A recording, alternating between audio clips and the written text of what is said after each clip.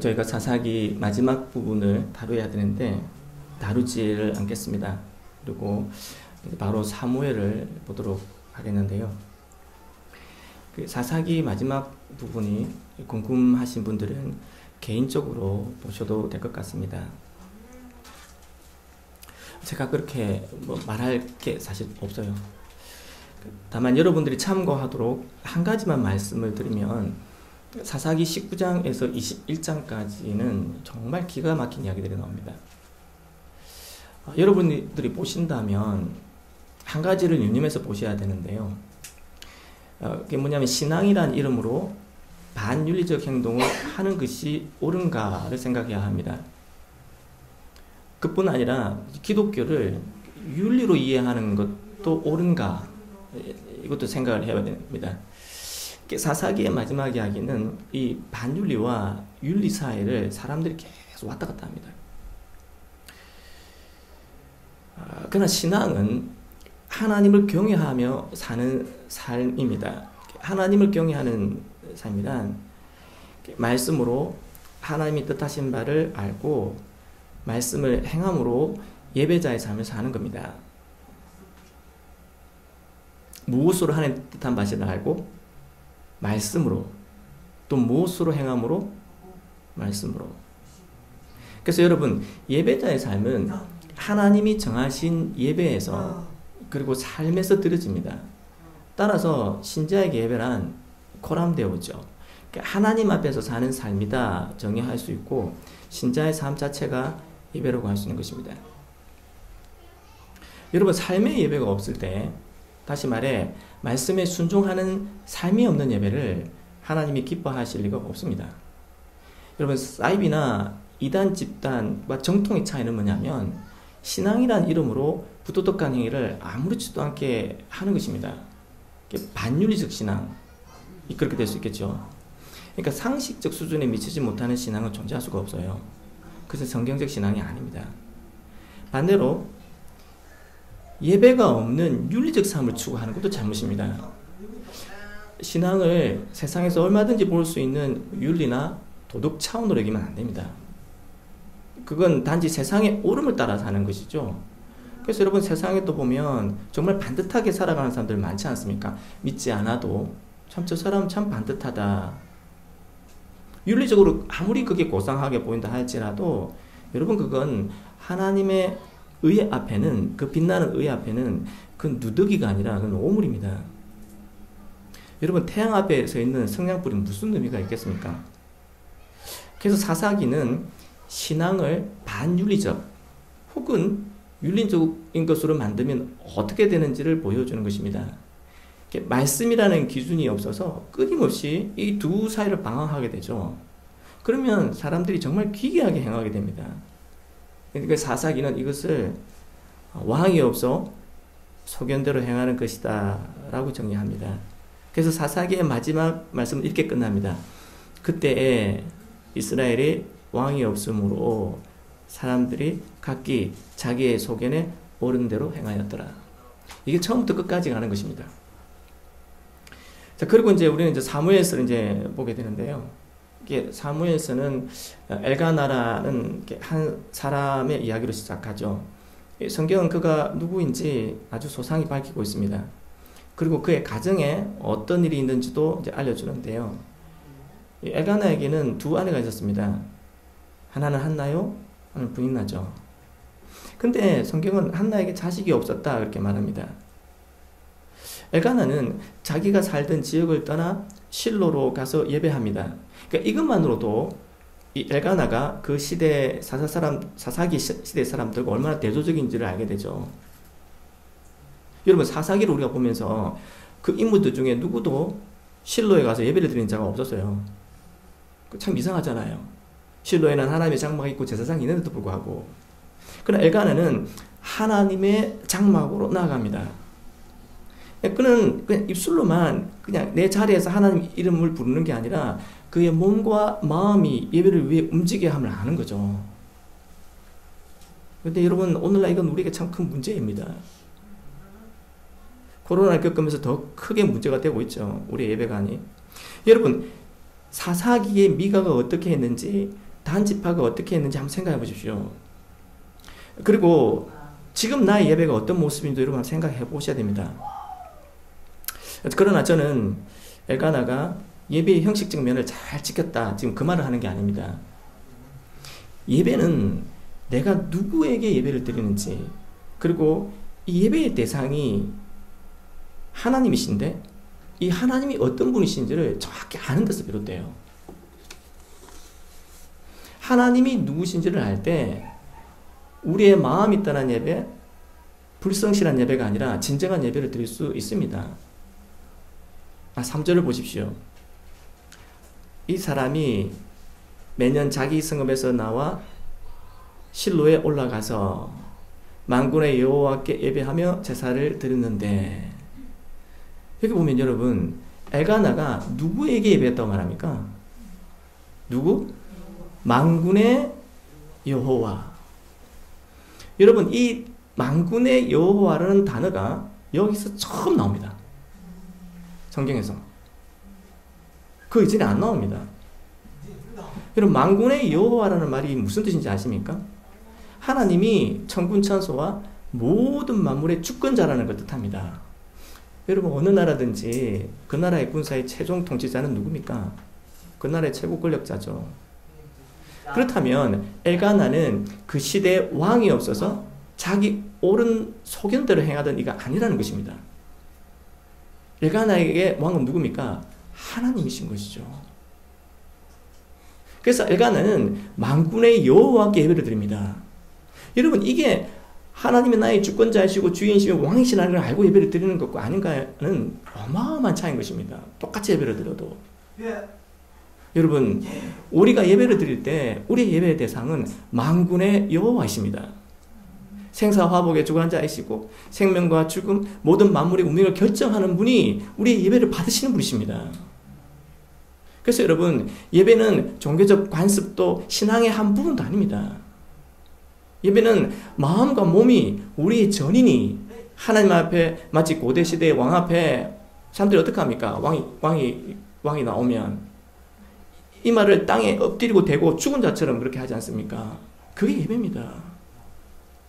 그래서 예배는 마음만이거나 혹은 몸만이거나 그게 아니라 반드시 뭐 해야 됩니까? 전부 해야 되는 것입니다.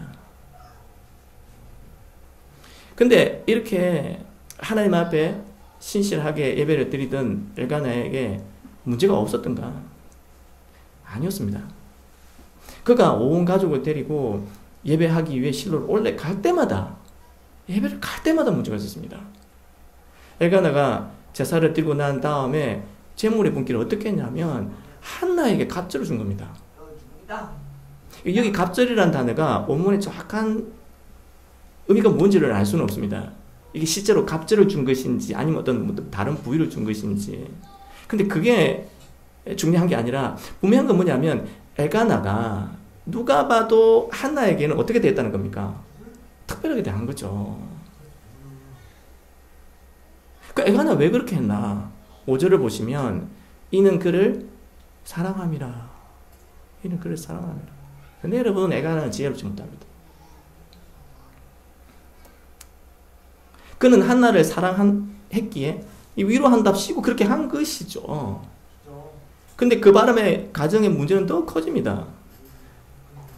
아니, 한나만 아내입니까? 엘가나의? 분인나도 있지 않습니까? 분인나 그 꼴을 어떻게 보고 있습니까?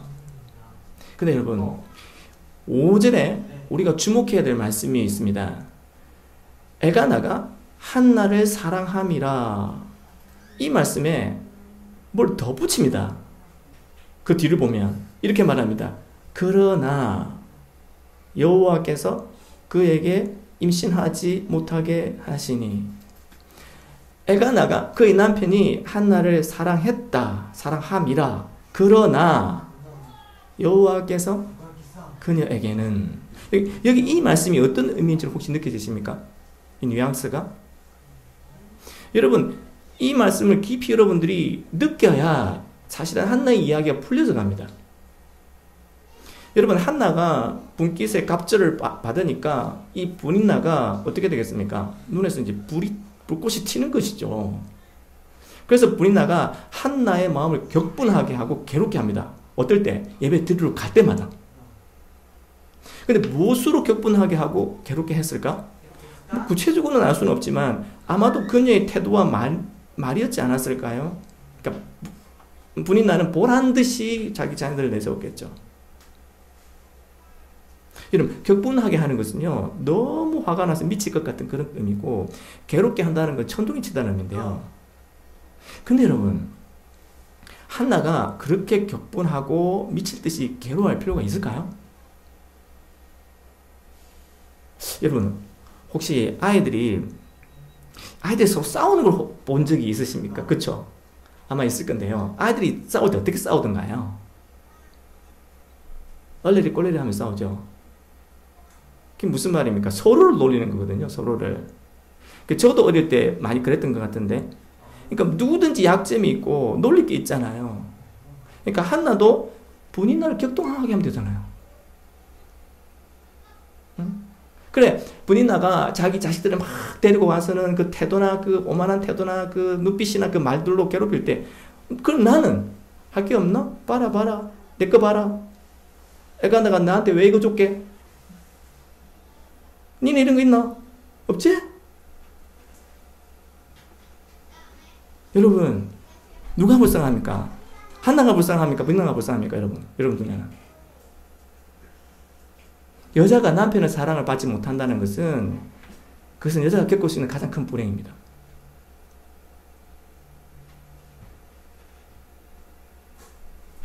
여러분, 한나나 엘가나나 불쌍하기는 매한가지입니다. 피상파장 아닌가요? 여러분, 만약 한나가 그렇게 했다면 분인나와 같이 얼레리 꼴레리 하면서 유치하게 거지없이 쥐어뜯기 싸움을 했다면 어떻게 됐을까요?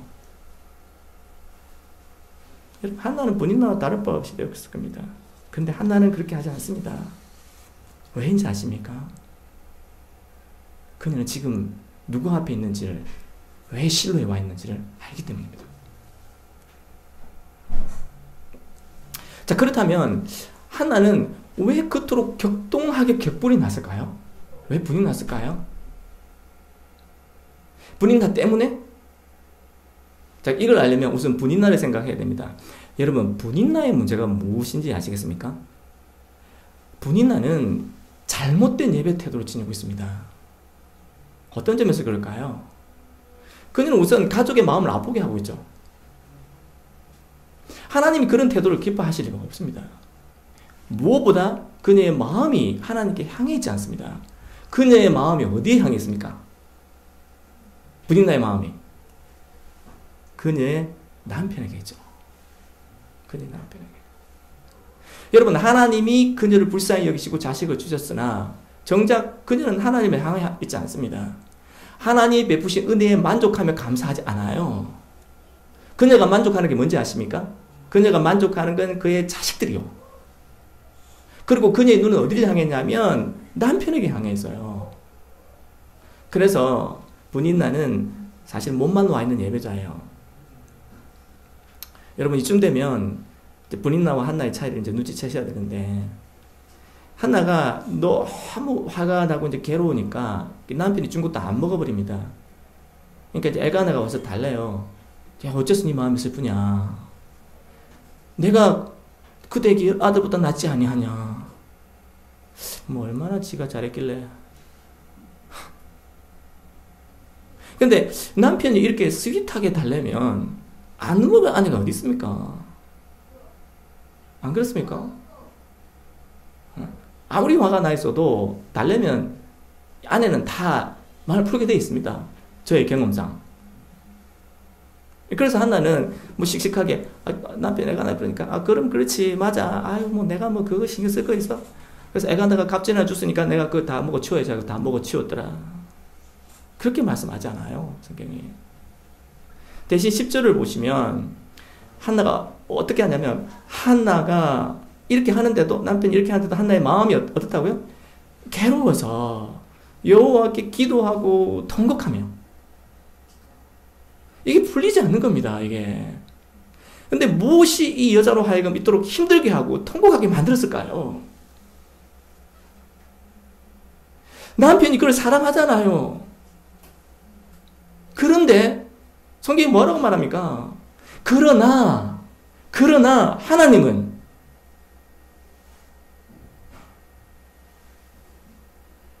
하나님의 사랑을 확인하지 못하는 겁니다.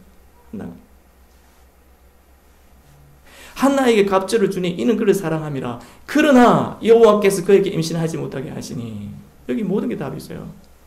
여러분, 예배라는 것은 하나님을 경배하는 자리지만 동시에 어떤 자리입니까? 하나님의 사랑을 확인하는 자리이기도 하죠. 그러나 한나는 하나님이 자기를 사랑하는 걸 느끼지 못하는 겁니다. 이게 이 여자에게 너무 중요했던 겁니다. 그래서 분인나가 도발할 때 그렇게 힘들었습니다. 그래서 남편의 위로가 아무 소용이 없는 거예요. 근데 여러분, 한번 이거 생각해 보십시오. 우리는 이 한나의 마음을 가지고 예배를 하나요? 하나님의 사랑이 확인되지 않으면 어떤 것도 내게 만족함이 없다는 마음으로 진짜 분이 나고 괴로워서 통곡하며 예배를 하느냐. 그래서 여러분, 한나의 이야기는 그저 평범한 믿음을 지닌 한 여자의 이야기가 아니에요. 그래서 이 여자가 하나님께 울며 기도하니까 하나님 아기 주셨더라, 그 이야기가 아니라고요. 한나의 이야기는 사사시대에 볼 수 없는 비범한 믿음을 지닌 한 여인의 이야기예요. 11절에 그녀가 통곡하며 어떻게 기도하는지를 한번 보십시오. 소원하여 이르되 만군의 여호와여, 만일 주의 여종의 고통을 돌보시고 나를 기억하사 주의 여종을 잊지 아니하시고 주의 여종에게 아들을 주시면 내가 그의 평생에 그를 여호와께 드리고 삭도를 그의 머리에 대지 아니하겠나이다. 여러분, 한나가 하나님은 뭐라고 부릅니까? 만군의 여호와여, 만군의 여호와여. 한나는 지금 하나님이 주권자이심을 인정하죠. 우리는 하나님의 이름을 부를 때 하나님이 주권자이심을 믿고 불러야 됩니다. 주권자이시니까 그녀의 문제가 누구에게 달렸다는 겁니까? 하나님께 달렸다는 거죠. 근데 그 문제가 뭐냐면 그녀에겐 사랑이었던 거죠. 사랑. 주권자의 사랑. 여러분, 모든 이가 다 사랑을 받아야죠. 사랑을 받을 존재로 지음을 받았지 않습니까? 근데 여러분, 특별히 여자는 더 그런 것 같습니다. 제가 볼 때. 근데 누구의 사랑을 더 구하느냐, 이게 사람마다 달라요. 이 차이가 하나님 앞에서 우리의 신앙을 결정짓게 돼요. 분인나는 하나님 사랑을 구하지 않습니다. 그녀는 하나님 사랑을 받았음에도 그 사랑을 알지 못해요. 근데 한나는요, 남편의 사랑을 받았음에도 그게 전부가 아니라는 걸 알아요. 왜? 전부는 하나님의 사랑이니까요. 하나님의 사랑은 모든 만물의 존재 이유예요. 하나님이 사랑하지 않으셨다면 만물은 존재할 수 없습니다. 존재 이유 자체가 하나님의 사랑이에요. 그런 하나님의 사랑을 가장 잘 알아야 할 사람들이 하나님을 사랑하지 않잖아요. 여러분, 그래서 예배는 하나님을 사랑하는 게 되어야 돼요. 그래서 하나님의 사랑을 구해야 되는 것입니다. 하나님이 나를 사랑하지 않는다고 느껴진다면 괴로워하는 게 당연해요. 내가 사랑하는 하나님이 나를 사랑하지 않을 때 어떻게 괴로워하지 않을 수가 있겠어요? 한나가 원한 건 아들이 아니에요. 한나는 아들을 원한 게 아니라 하나님의 사랑을 원했어요. 그걸 확인하고 싶었어요. 이게 없으면 내 삶은 너무 비참한 거예요. 아무리 남편이 나를 사랑해도, 아무리 내게 자식이 있어도 그 비참함에서 벗어나지 못한다는 거예요, 한나는. 그래서 한나의 간구에는 이걸 확인하고자 하는 열망이 가득해요. 돌보시고, 하나님, 기억하시고, 잊지 아니하시고, 하나님 아들을 하나님께 드리겠습니다. 네, 한나가 이제 그렇게 오래도록 이제 엎드려 기도합니다.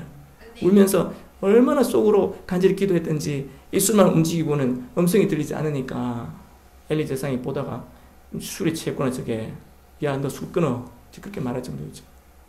15절에 한나가 이렇게 답합니다. 내 주여, 그렇지 아니하니 나는 마음이 슬픈 여자라. 어떤 여자라? 마음이 슬픈 여자라. 포도주나 독주를 마신 것이 아니요 여호와 앞에 내 심정을 통한 것뿐이오니. 뭘 통했다고요? 내 심정을. 하나님의 사랑이 없으면 우리의 마음은 슬퍼야 합니다. 그리고 한나는 자신의 감정을 드립니다. 자신의 마음을 드리죠. 이게 통하다라는 말이 무슨 말이냐면 쏟아내다는 뜻입니다. 한나는 자기의 슬픈 마음을 하나님께 쏟아냅니다. 그래서 엘리는 한나의 사정을 듣고는 그래, 너 평안히 가라. 네가 구한 것을 하나님이 허락하시기를 원하노라. 그리고 겸손히 엘리 앞에서 자신을 낮추며 하나님의 종의 말을 듣고는 갑니다. 그리고 먹고 다시는 근심빛이 없습니다. 여러분, 한나의 예배의 태도에 주목해야 합니다. 그녀의 마음이 격동되고 괴로울 때 무엇을 했는지 보셔야 됩니다. 그리고 그 기도 후에 그녀의 태도를 한번 생각해 보십시오. 무엇보다 그녀가 정말 무엇을 구하고 있는지를 볼 수 있어야 됩니다. 여러분, 우리는 무엇 때문에 괴롭고 힘이 듭니까? 삶에 일어나는 많은 일들이 우리를 힘들게 합니다. 그러나 정말 괴로운 건 그런 게 아니에요. 하나님이 나를 돌보지 않으시고 기억하지 않으실 때예요. 근데 여러분, 참 이게 하나님 어렵네요. 분인나가 아니었다면 한나는 어쩌면 이렇게 기도하지 못했을 수도 있습니다. 분인나가 아니었다면 자신에게 하나님의 사랑이 절대적으로 필요하다는 걸 알았을까? 여러분, 괴롭고 힘든 일 때문에 하나님의 사랑이 필요함을 깨닫게 돼요. 여러분, 그럴 때 하나님 앞에 엎드리십시오. 그리고 기도하십시오. 하나님을 믿고 근심에서 벗어나십시오. 한나에게 베풀어진 그 하나님의 사랑이 우리에게도 임하기를 주님의 이름으로 축원합니다. 우리 찬송하며 봉헌하시겠습니다. 찬송가